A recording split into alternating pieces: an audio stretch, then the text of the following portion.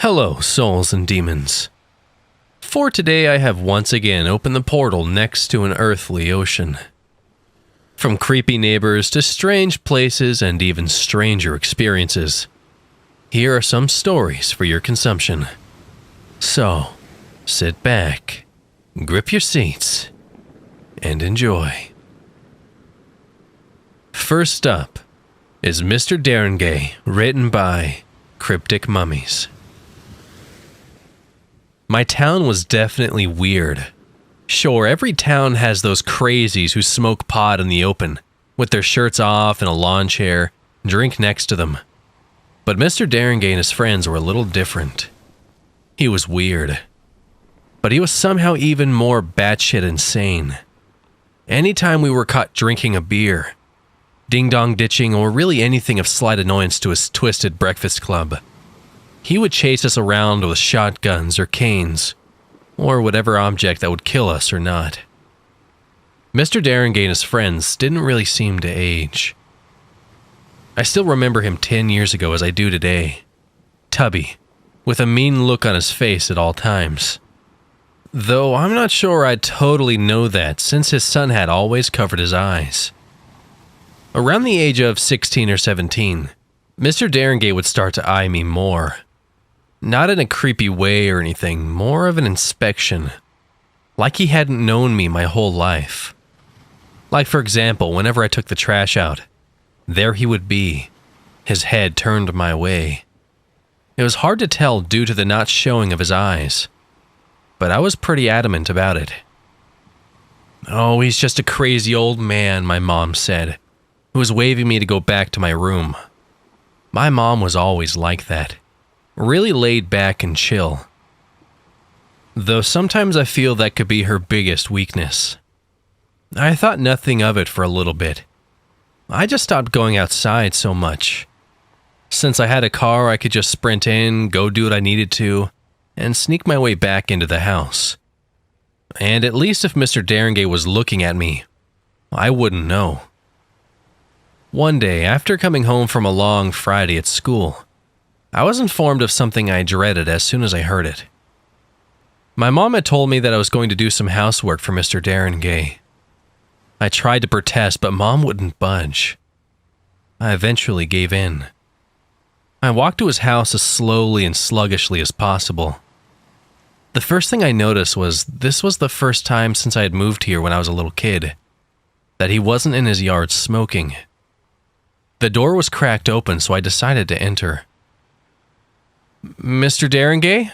I called out, not really sure how this would start or where he even was. "Joseph," a voice croaked from a room not too far off. Though I had never heard his voice, I could just tell it was him. Something about the raspiness and deepness was creepy. Though if he tried anything, I doubt I would need to defend myself too harshly. When I walked into the room that the noise I heard was from, I saw Mr. Darangay and his 4 friends. They were all in the room. They were all wearing the same thing they always did. It was also the first time I noticed they all wore the same exact clothes. I stepped back. That's when they all charged me, tackling me to the ground. I was trying to squirm out of it or punch them off. I found out the reason they had those sun hats on all the time. Their eyes were completely pitch black. I woke up staring at the house across from me, a beer belly poking out from my once flat stomach, a rolled joint in my right hand, and a sun hat covering my eyes.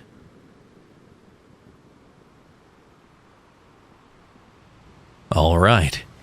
This next story is called The Farmhouse Basement by Objective Tell 6047. A dark gray sky and a long row of trees greeted me as I drove down the empty dirt road in the countryside. The road, seemingly to stretch on for eternity, kept vanishing in my rearview mirror, along with whatever civilization I did pass. I finally reached a break in the row of trees, broken up by a trail leading to an empty field. Empty, except for the old farmhouse. The old structure stood alone, brown in color against the backdrop of dry grass and naked trees. It showed signs of neglect as no one had lived there for years. The surrounding field was dry and brittle from a lack of rain, while the sky looked ominous and gray. Never was there a drop of healing water for the ground, as if all life had left this area. I hated this place more than anything. I was hoping this old farmhouse was demolished, or at least bought out and refurbished. Any reason that I wouldn't have to be here. But there it stood, silent and forgotten. I knew I had to enter. It was the only way to get over my trauma. There was a local legend surrounding that place. The owner's son had committed suicide in the basement. There were many versions as to how and why he did, but the story says his ghost haunts the basement. There were some stories that said if you see him, you will be compelled to kill yourself too. While growing up, us kids started a game, unofficially called the suicide game, in which we would dare each other to stay in the basement until we saw the boy's spirit. If we survived for a time, we'd win. If we ran away before the time limit, we'd lose. No one has spent more than 15 minutes down there. I know what you're thinking. And yes, it's a stupid, sick game we came up with. We only came up with it because we lived in a rural area. The nearest town was at least 30 minutes away. We were also too young to drive yet, so we had to make some of our own fun. There were 4 of us one day, including myself, that went to the house one afternoon. The sky looked as much gray or foreboding as it did today. There was only one way to the basement. To the side of the house was a cellar door that no one ever bothered to lock up after abandoning the house. Wouldn't you know it? It had been my turn to go down there to see the basement. I never believed in ghosts, so I had no problem going down there to prove everyone wrong. However, I'd be lying if I didn't say I wasn't a little curious. I descended the old wooden stairs into the dark basement, looking for either a ghost or nothing down there at all. I found neither of these things. My friends had closed the door behind me. There was no light down there except whatever came from the window. The ceiling and corners were covered with spider webs and dust. The basement filled with old boxes, stacked almost ceiling high. I found one open box filled with old comics and sat beside it. It was a bit spooky down there, but not life-threatening. A cool air surrounded me while I sat down there, waiting for I don't know what. That's when I could smell something that seemed out of place. I never experienced the odor until now, but always had it described to me. It was the smell of decomposing flesh. The air was so thick with the foul odor, it stimulated my gag reflex like I could taste it. Where would that smell be coming from in an otherwise empty house? Wherever it was coming from, it was strong, meaning I was awfully close to the decomposing source. In fact, I think it was coming from behind the wall of boxes where I sat. I got up to investigate. All I had to do was turn the corner to see what was making that smell. I looked around the corner, shock stopping me in my tracks as my eyes were processing the gruesome sight before me. She swayed gently in the otherwise stagnant air. Her neck was wrapped around a noose that was tied to a pipe in the ceiling for a makeshift gallows. Her eyes, now gray and dead, stared at a corner in the floor. The visible skin of her face and legs had already become a feasting ground for flies and maggots. I must have stood for several minutes, my mind processing what I was seeing. "Zoe?" I stammered at last to the corpse. "Zoe? Zoe, what the fuck?" I said, shock filling my voice. Zoe had been my classmate and next-door neighbor for as long as I could remember. She had an average, generic face in the crowd that only I would recognize. She would otherwise be unnoticeable, if it weren't for the constant bullying she faced from her peers. They were cruel in what they did to her, and I was never aware of it. Whenever we walked home from school, I would see a look of sadness and exhaustion, practically on the verge of tears. Then there was one day when the kids played a practically cruel joke. Zoe had a crush on me, and they wanted me to be alone with her so she could tell me. I got her alone behind the school so we could talk. She did tell me how she felt and even went up to kiss me. I didn't know how to handle the situation, but I told her that I didn't feel the same way, but we'd always be friends. I bet she felt like the whole world crashed around her. What's worse was that the bullies were filming our interaction. They had laughed at her and taunted her over the exchange. She walked home defeated. I didn't see her for 4 days after that. I texted her all night without any reply and even unsuccessfully went to her house to check on her. This place, as it turns out, was where she had been. I had been screaming and shouting at the unresponsive corpse when my friends came down to see me. When they saw Zoe dangling by her neck, they likewise screamed at the grisly scene. I don't know how we got out. I don't know who called 911, but after taking their sweet time getting here, an ambulance and a police car showed up. We were questioned about it, though I was too out of it to answer anything. My parents were notified and they came and got me. While driving away, I looked back to see a medical team rolling my dead friend out in a gurney and a body bag. My parents, understanding that I'd been traumatized about the sight, moved out of the town and as far away from the farmhouse as we could get. I didn't adjust well as an adult after that. I got into a new school during my junior year, and I had trouble making new friends. I was both the kid who was quiet and kept to himself, and the first to start fights regularly. I'm ashamed to say that I caused a lot of stress for my parents. I got into a bad crowd that did nothing but heavy drinking and even heavier drug use. I dropped out after my junior year and continued drinking and using. I got busted a couple of times for underage drinking and possession until I got arrested for a DUI at the age of 22. I got off since it was my first offense as an adult, with the condition I do community service and attend mandatory counseling. My court-mandated therapist asked me about my childhood, and I told him about seeing my dead friend in an old house. She was very sympathetic and officially diagnosed me with post-traumatic stress disorder and suffering from a guilt complex.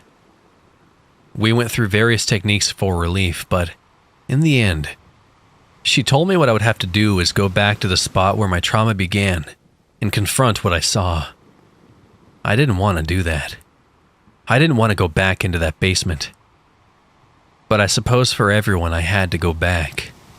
Now I'm here, not wanting to go in there, but also not wanting to put everyone through my problems anymore. I walked further into the house, the structure being in a larger state of neglect than when I was last here. I'm sure if anyone went inside, they would fall through the floor. Only one way to the basement, I remembered. The latch was still open, presumably from the last group of kids who went down there, or even from the last time I went there myself. Inside, a new thick layer of dust and cobwebs had accumulated in the basement. A new patchwork of spiderwebs had covered the opening, which I stepped through, the sticky strands attaching to my face. The basement was just as dark as ever, with only a little light coming through the glass. The boxes suffered from water damage and collapsing under their own weight. I walked to the spot where I found Zoe hanging by her neck. This time, nothing was there. There was no body. There were no ghosts, except the ones in my own mind. The image replayed in my mind over and over. I started hearing a faint ringtone going off. I had checked my phone to see if anyone was calling me, but I realized the noise was coming from behind me. I looked around to see a small light on the floor. I walked toward it and reached for an old cell phone, the screen saying, "Unknown caller." I answered it. The reply sounded like a female choking on something. I hung up, only for the phone to ring again as "Unknown caller."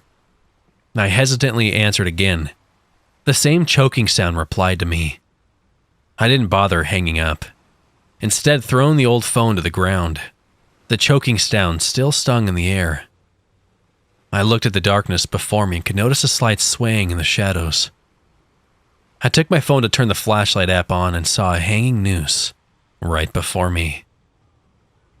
It gave the most subtle of movements as it hung there, empty, but waiting for someone to fill its empty hole. This couldn't have been the same one, as it looked so new. I detected more movement in the corner of my eye. I switched over to the corner and saw her face. Zoe stood there, silent and facing me. Her face gray from a lack of blood flow into her veins. Her eyes, still dead, had bored into me like a pair of drills.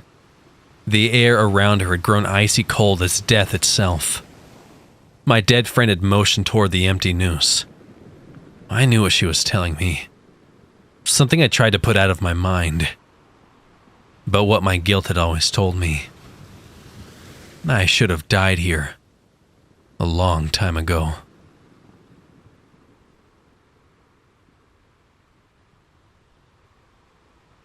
Alright, our third and final story tonight is titled, I Relive Every Day Multiple Times. Today I stayed up past 12 a.m. by CrypticMummies. I've always gone to bed fairly early, usually around 11:30 p.m. I live a normal life. I go to school, I'm a high school student, I talk to girls, I get decent enough grades. 2 parents. I watch questionable things when I'm alone, and I just generally have a good life. Except for one thing. I relive every day. It's completely sporadic. Sometimes I'll relive a day 4 times, sometimes 2. The worst one was 10. That was the day my dog died. Watching the life leave his eyes 10 times was heartbreaking.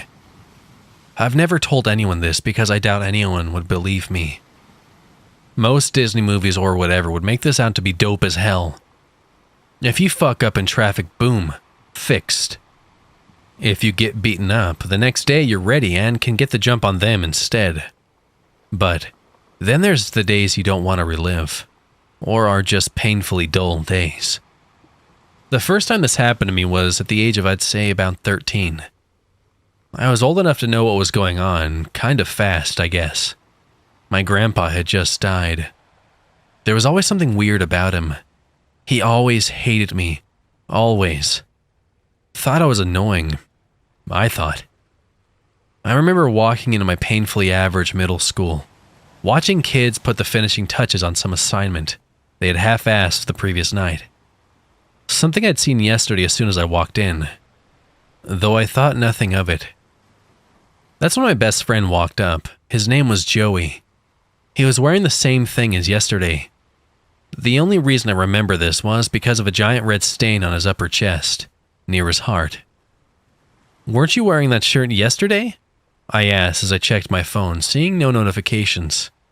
"Nah, yesterday was Sunday," he said, giving me the crazy look. I chalked it up to deja vu. It happens all the time. A pretty drastic case, but you know, whatever. School's the worst one. I have to learn everything 4 to 9 times over with no way of preventing it. Though I usually just skip day 1, it does help me with tests, not surprising though. Anyways, I had been slacking this particular 28-day long week. Skipping almost every class, texting, going to the bathroom the whole class, you name it. But that's when I realized that it was the 4th day in the cycle. The day the cycle breaks and a new one begins. Usually. This wasn't good. I took every book I could fit in my locker, arms and ass, if that was possible, and sprinted home as soon as that bell rang, dismissing us all. I was studying for hours and hours, and around 6 p.m. I ate dinner with my parents. Something big, that's all I remember. Well, when I got back to my room, I stared at my desk and then at my bed, which looked 1,000,000 times more comfortable now. Shit, I gave in. I fell asleep. Deep sleep for sure. Surprised a prince didn't have to come and get me or something. When I woke up, it was 11. I proceeded to spend the next hour studying. Right when I closed my computer, I noticed it was 11:59. I had a terrible cold feeling when I saw the numbers change, and that's when I blacked out. When I woke up, it felt like I was being propelled upwards. I arose and looked around. A completely black room with 2 white chairs. I was right behind one, and the other one had a man in a nicely tailored white suit. He was tall from what I could tell. He had long curly hair that went to his shoulders and a cigarette in his mouth. "Well, sit down already, mate, damn." A thick British accent as well. I started, but he put a hand up. "You finally won my game. I'm so happy for you. It only took you a mere 5 years. Anyways, it was very enjoyable watching you screw up time and again." He crossed his legs. "Game?" I asked, totally stupid. "Yes, my game. Here are the rules. I picked one person to relive multiple days, thousands of years ago. Then, they make a choice to whoever they want to go next. It's usually someone different from each bloodline, and if they don't make the choice, I kill them and pick someone at random. But damn, your grandpa sure did hate you," he said, clasping his hands together in enjoyment. "He picked this for me?" I asked again stupidly. Are you Satan?" "You could say that, man. Closest thing, really. I was actually the first person to relive the days. Don't know who picked that out for me. I evolved with the times when Neanderthals went extinct. I became a naked Homo sapien instead. And now, well, I'm a modern human. Crazy how it works, isn't it?" I had so many questions, but I had to ask this one.